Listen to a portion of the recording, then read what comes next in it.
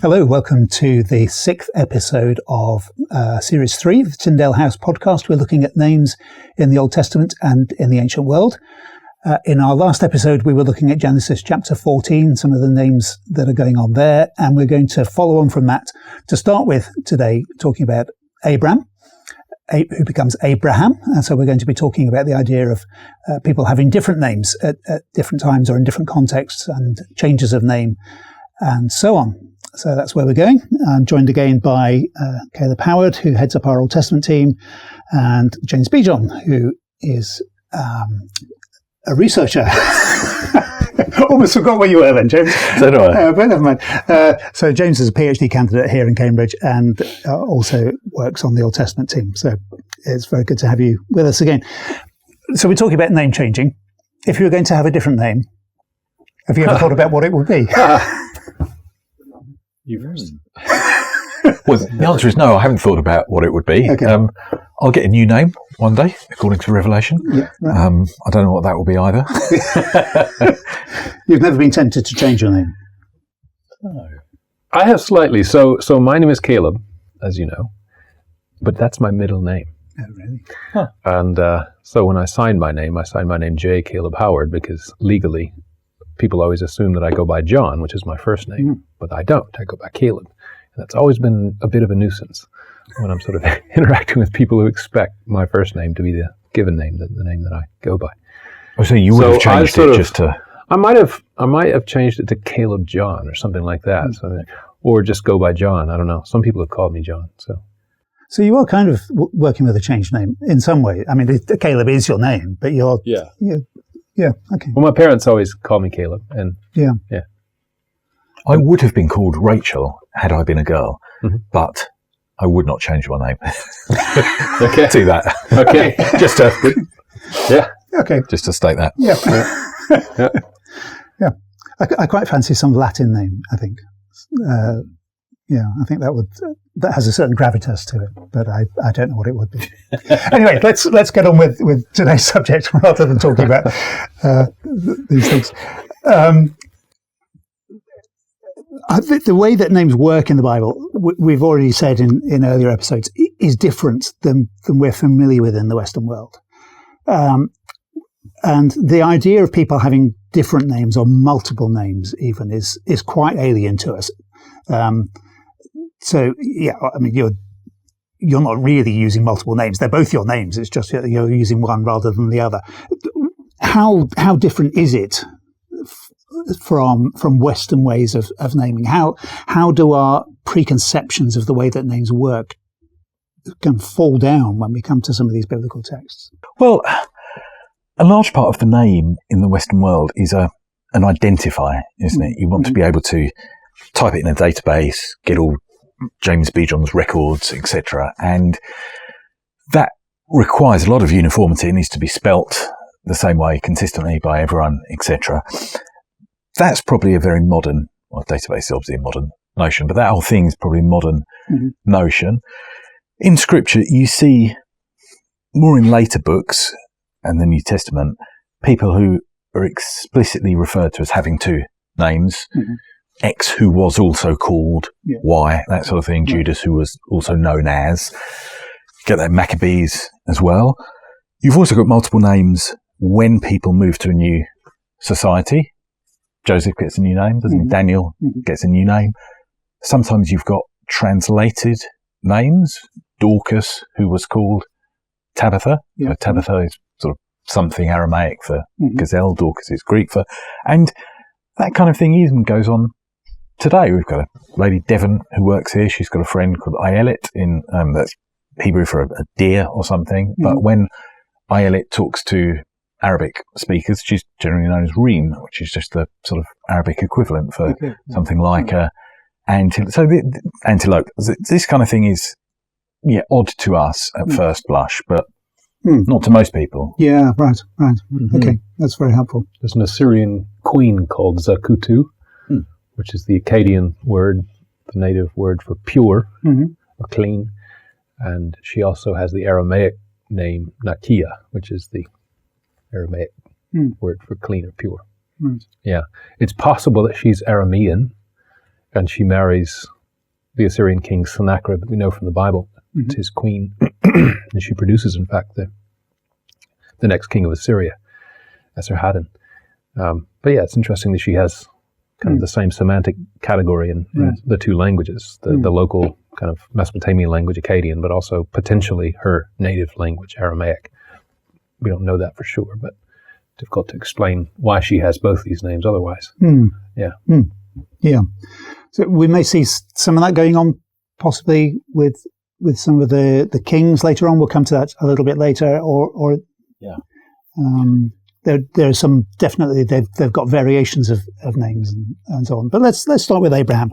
We'll come back to them later on. So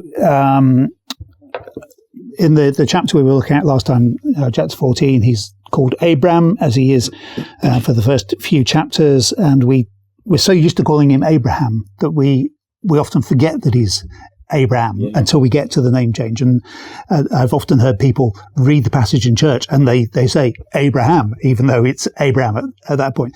And then we get to Genesis chapter 17, and he's getting on a little bit, 99, and the Lord appears to him again, and he gets a new name. Do you want to read some of that for us, James, and then we'll talk about what's going on. Yeah, sure. So when Abraham was 99 years old, we need to pause for the numerical significance, don't we? Abraham, we do. Okay. Abraham is a man of tens, isn't he? Adam to Noah is 10 generations. Noah to Abraham is 10. Abraham has the battle of 5 kings versus 4 kings, so he becomes a 10th king as he wins. He's now 99. He's going to be 100. So he's going to be 10 squared when his son is born. So we need to pause. Phenomenal. Pause accomplished. Keep going, Reed. All right. So the Lord appeared to Abraham and he said to him, I am the Lord Almighty. Walk before me and be, what should we say, blameless, be perfect. And I will establish my covenant between me and between you, and I will multiply you greatly. It's interesting here. There's a lot of repeating of the verb give, isn't there? I will give my covenant, literally, and then he's going to make Abraham a great nation, which is sort of the same giving. There's just sort of the grace of God as gift behind it all.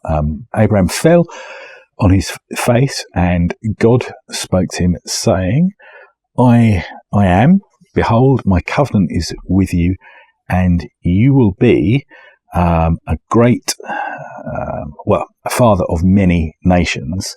And this phrase, father of many nations, of Hamon, that seems to be a play of what's going to come. So Abraham has an insertion of an H, and it doesn't sound so different from of Hamon.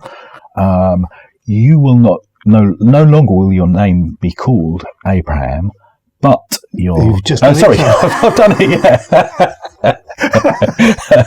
Be called Abraham, but your name will be called Abraham, for a father of, I will make you a father of a great multitude of nations, let's say. I will give you, there's that give word again. Yeah. Yeah, it's very interesting. So the difference between Avram and Avraham, the point here is that the H insertion that James has just mentioned is that H in Ham, Avraham, right? The question is sort of, what's the difference between those two names? Avram means exalted father, or father is exalted. Av is the word for father, Ram, exalted. Yep. And it's a pretty common name in the ancient Near East and over a long period of time as well. It's not specific to this kind of early second millennium period. It's throughout the second millennium and first millennium as well. And it's worth knowing that the word father occurs alongside a lot of other kinship terms in names. So you get mothers and sisters and brothers and paternal and maternal uncles and so on showing up in names. And what's interesting about them is that in sentence names, so names where you have more than one word and they make up a sentence, father, alongside some of these other kinship terms, do the same things in those sentences that deities do. Right. So alongside exalted father, father is exalted, you might have Hadu is exalted, or El is exalted, or something like that, right, in other names. Right. Which suggests, I think that suggests that in Abraham's world, people often regarded their dead ancestors as, in some sense, divine. And we know that that's true for some people, at least, because places of worship or veneration of the dead ancestors have been discovered and studied. There are particular rituals that people did for the ancestors, where they celebrated meals or had meals in celebration of the ancestors, and they made prayers to them and so on. So the ancestors seem to have had a place alongside deities in, let's say, Levantine religion, and also in Mesopotamia, kind of around the Fertile Crescent, where they were venerated and depended upon for the well-being of the family. And if you look at the sorts of things that are said about them, so they are paradigmatically related to deities in what they do. That is to say, they do the same things. They have the same verbs associated with them, or adjectives or nouns that are described in similar ways. So father is exalted, Hadu is exalted. Or you might have father is good, Hadu is good, and so on. Hadu is a deity, a divine name. So because these names are so similar, and the kinship terms are doing the same things as deities, it suggests that these ancestors are regarded as in some sense divine. The question is even while they're alive. No. So not necessarily. He has the name while he's alive. Yeah. It doesn't necessarily refer to him. Yeah, I see. Yeah, right. Yeah, father's exalted. Yeah, right. If you look at what the ancestors do, they often do things that help the birth or help conception and so on. Mm-hmm. So it suggests that the dead ancestors are in view. Now, I should say, what you're seeing is an inherent ambiguity about the name, right? Names are so terse that it's hard to know sort of exactly what father is in view. Right. And to my mind, it's theoretically possible that such names could be interpreted in all sorts of ways. It's possible that someone could have thought of father as the living father. Yes. Right. Difficult to know. I mean, you could have a sort of, let's say, a kind of secular sense of this name, referring to the living father, let's say Abraham's father, as an exalted person. So that's possible. But when we study lots of names from this region, and we see how the father, the mother, the sister, the maternal uncle, and so on are all doing similar things in the names as the deities, sometimes those things kind of go beyond the role of the father, the kind of living father. So, look, the relationship is somewhat tentative, but it does. I think it's fair to say that we have a kind of divine father. I say a kind of divine father because when you look at the spelling of the word father in the names, particularly in cuneiform, the cuneiform script, there's a sign, a symbol that goes before words that refer to deities. And it indicates what kind of semantic class they're in. Okay. They're called determinatives. Right. So personal names have their own determinatives. Objects made of wood have their own determinative. A wood determinative that indicates that the thing is made of wood. Mr. And deities, it's a kind of determinative, isn't it? Yeah, well, that's true. Yeah, that's right. Yeah. So there is a divine determinative, a dingir sign. It's read dingir in Sumerian. And it indicates that what follows it is a deity. Mm-hmm. Well, the father in these kinship terms never have that divine determinative in front of them, with rare exception. So at the site that I'm mainly studying right now, at Alalach, never occurs. At other sites, it occurs sort of one or two times at most, which again kind of fits this notion that the kin are, in a sense, divine, but they're not quite at the same level as the other deities. If that makes sense. Yeah. So to bring it back to Abraham, an argument could be made that Abram, in his sort of pre-Yahwistic background, let's say, it's before he became a worshiper of the Lord or something like that, perhaps he participated in that sort of thing, and his name participated at least in that sort of worship and that sort of conception, and that this shifted when he's called from Ur of the Chaldeans to go to Canaan. Difficult to know, right? This is speculation, but that's one possibility. I've heard some preachers say, I've probably said it myself, that it's a bit rough for Abraham to be called exalted father when he has no children. But actually, all that you're saying suggests that the father his name is not referring to him. It's not an expectation that he'll be an exalted father, but that his father is exalted, or there is an exalted father that his name reflects. Yeah. Am I understanding that correctly? Yeah, a bit. Yeah, that's right. So we've talked in previous episodes about the fact that names they don't just get their meaning from their etymologies, right? Yeah. They get their meaning from sound similarities to things that are going on with words in the context of texts. I mentioned Samuel in previous episodes. Or just, that there may be ancient conceptions of relatedness between words that we don't necessarily perceive as correct or as right, and maybe they're not philologically or linguistically correct. But in the name bearer's minds, or in the name bestower's minds, the connections they were making were real, and that is, for all intents and purposes, real, a valid connection. Yeah. It's unfair and inappropriate, I would say, of us to say that such connections are not real. And I think what's going on, I think James agrees with Abraham. We discussed this beforehand, so I know he does. Is that an H is being inserted? That's something that happens in other Semitic languages. Mm-hmm. It happens in Aramaic, for example, where words from one language, like Hebrew say, appear also in Aramaic, cognate words, but an H is added to them in the middle. And that's a bit like what we have here with Abraham. But there's this sound play with Av Hamon in verse 4, right. Which establishes the relationship between Abraham's new name and his role as an exalted father.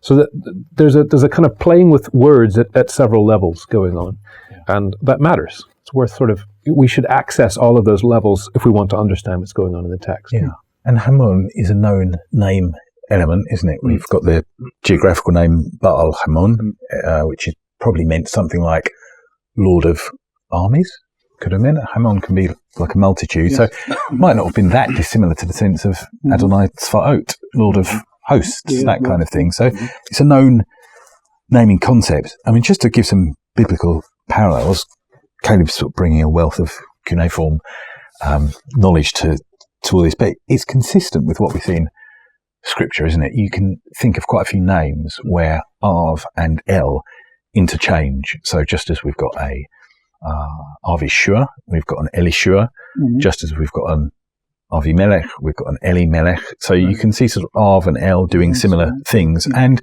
some of those, I wouldn't doubt for a second that Elimelech was a statement that God is king, God is in charge, something like that. Avimelech seems to me, in the case of Gideon's son, was a name that Gideon's son gave himself, talking about my father is king, because he used that to claim the throne. There are sort of syntactic arguments behind it, but I think there's a good argument. You can say that Gideon's son gave himself that name. Yeah, and we'll get to throne names later. Yeah. But so either way, Abraham's name, however we exactly parse it, it changes from possibly a sentence type name, a statement about a divine father, to something that is going to describe much more closely what Abraham is going to be and become. He's going to be a father of many nations and of great multitudes. And that, of course, is the whole context of the passage, isn't it? And I suppose that the sense that Abraham's new name with the H inserted does reflect what's going to happen to him.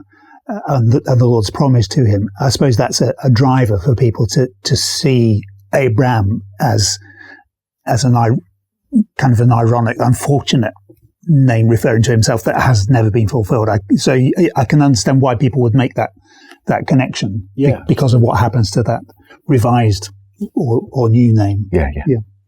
And so we're seeing a kind of accrual of names, aren't we? Just as God accrues names as the narrative goes on, so do various characters. Yeah. Okay. I know that Sarah going to Sarai is a little tricky. It is tricky. Do you just want to step by that, or do you want to say anything about it? I don't like saying things if I don't feel sure about them. So I have some ideas, but they're probably wrong. We'll come back to that in a future episode. Okay. There will be a second series of looking at names in the Bible in the ancient world, Caleb. So just if you can get your ideas clear by the next series. People can't get enough of it. Shall we talk about Benjamin briefly? Because we've talked about Jacob's other sons. So Benjamin is born in Genesis chapter 35, and Rachel goes into labour in verse 16, and she had hard labour, and she gives birth to a son, and then dies. And as she's dying, as her soul was departing, she calls him Ben-Oni, but his father calls him Benjamin. What's going on there? Should I kick off? Yeah. So I think what we've got here is another example of kind of the way in which a name can have multiple interpretations. So one of the most common name types in ancient names has to do with the birth event, if you like. So when people were born, people can be named after the month when they were born or the time of day when they were born. I mean, Dawn might have started off like that as a name. I don't know. It's kind of lost that significance, but it still has that significance in many places in Africa, in many Arabic communities. And this seems to be a name, first and foremost, as Rachel names her son Ben-Oni, to do with the pain of childbirth. So Jabez is a similar example, which would mean something like he hurt me. It's probably a kind of metaphysized form of the root that we see in the curse that's to do with when Eve will have pain in childbirth. Itzavon or Etzev, I think, is probably a slightly transposed form of that. So I think that's the name that Rachel is giving her son, like a son of sorrow, a son of affliction. And my sense is that now Isaac is going to give Jacob is going to give Benjamin a different interpretation of this word own. So own can refer to sorrow, etc. Can also refer to kind of strength and power. And so in Jacob's blessing his sons, Reuben, he refers to as Rashit, I think, Oni, so that the first fruits of my strength. And it seems to have to do there with power, with inheritance. You know, Reuben is there, the firstborn. And I'm thinking that the name Benjamin is a son of a right hand, has kind of is a different interpretation of Ben-Oni and a more positive interpretation.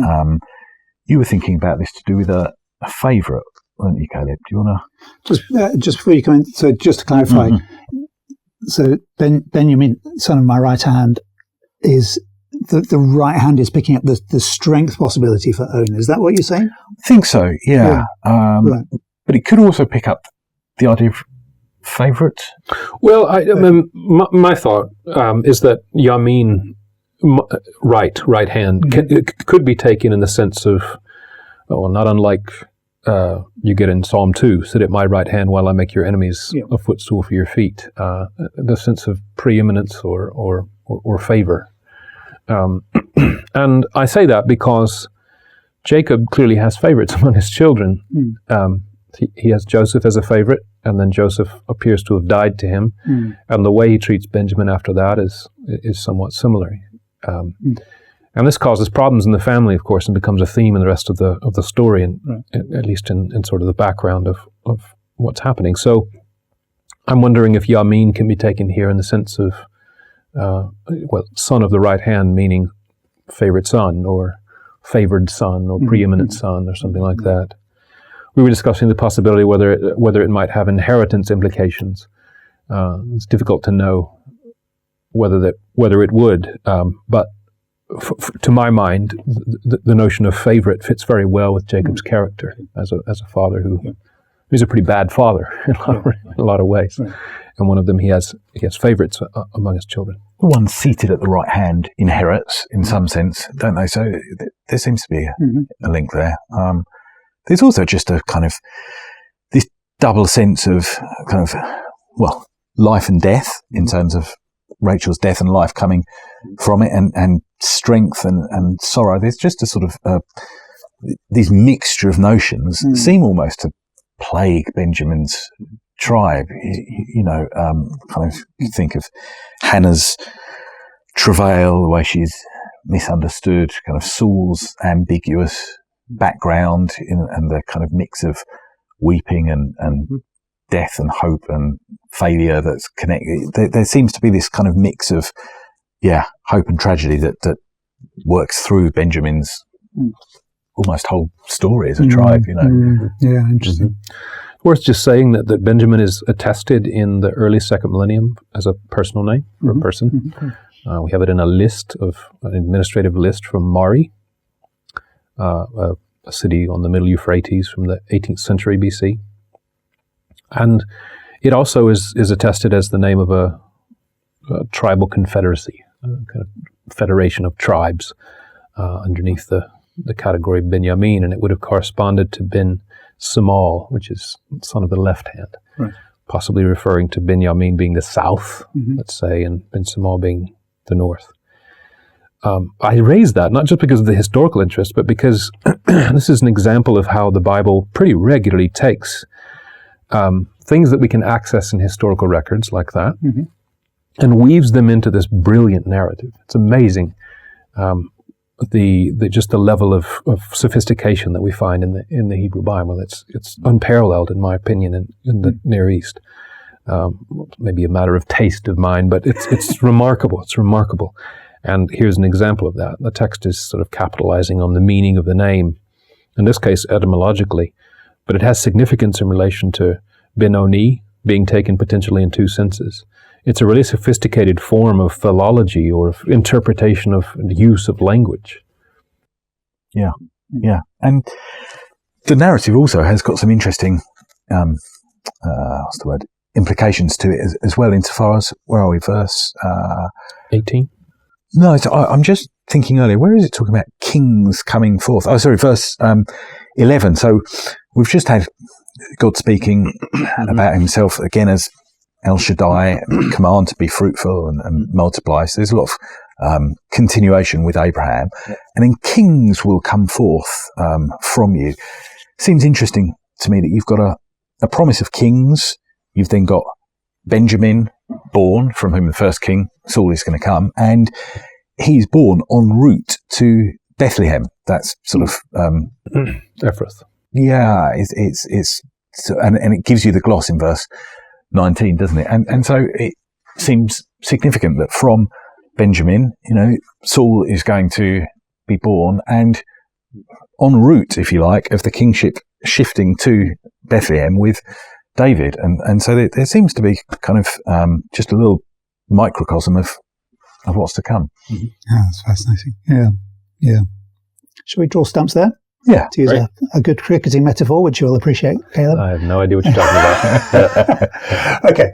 Well, we'll stop there, and then we'll pick this up again in a seventh episode of Series 1 of Names in the Ancient World and in the Bible. So thank you very much for joining us.